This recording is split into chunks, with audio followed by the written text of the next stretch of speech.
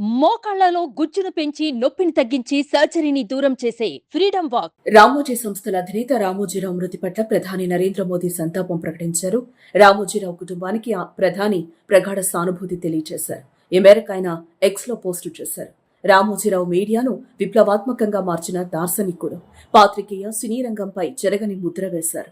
మీడియాలో సరికొత్త ప్రమాణాలు నెలకొల్పారు. ఆయన ఎప్పుడూ దేశ అభివృద్ధి కోసమే ఆలోచించేవారు అని ప్రధాని పోస్టులో పేర్కొన్నారు.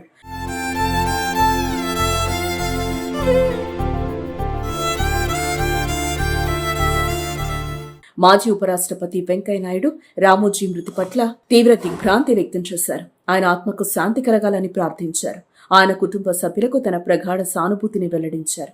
రామోజీరావు అంటే క్రమశిక్షణ, సమయపాలన, నిబద్ధత అని అడుగుపెట్టిన అన్ని రంగాల్లో సరికొత్త ఒరవడి సృష్టించారని కొనియాడారు. రామోజీరావు మృతిపై మాజీ సీఎం జగన్ సంతాపం తెలిపారు. తెలుగు పత్రికా రంగానికి దశాబ్దాలుగా ఆయన ఎనలేని సేవలందించారని కొనియాడారు. ఆయన ఆత్మకు శాంతి చేకూరాలని ఆ భగవంతుణ్ణి ప్రార్థిస్తున్నాను. రామోజీరావు కుటుంబానికి నా ప్రగాఢ సానుభూతి తెలియజేస్తున్నాను అంటూ జగన్ ట్వీట్ చేశారు.